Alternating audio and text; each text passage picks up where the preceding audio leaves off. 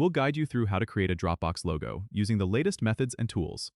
If you find this helpful, consider subscribing and liking the video. First, open your web browser and go to a design tool like Canva or Adobe Illustrator. These tools are great for creating logos because they offer a wide range of features and templates. Once you're there, start by selecting a new document with a square dimension, as logos are typically square. Next, you want to choose a background color that represents the Dropbox brand. Dropbox traditionally uses a simple blue and white color scheme, so you can set the background to white and use blue for the logo elements.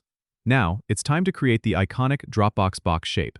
Use the polygon or shape tool to create two overlapping parallelograms that form a cube-like shape. Adjust the angles and sizes until they resemble the Dropbox logo. Make sure the shapes are symmetrical and aligned properly. Once you have the shapes, fill them with a soft blue color.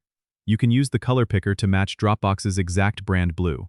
After that, add the Dropbox name below or beside the logo using a simple sans serif font, like Arial or Helvetica, and color it with the same blue for consistency. Finally, make sure everything is aligned and looks balanced. You can adjust the spacing and size until it looks just right. Once you're satisfied, save your design as a high-resolution PNG or SVG file, which is perfect for web use or printing. That's it. You've created your own Dropbox logo. Don't forget to subscribe and comment if this helped you out.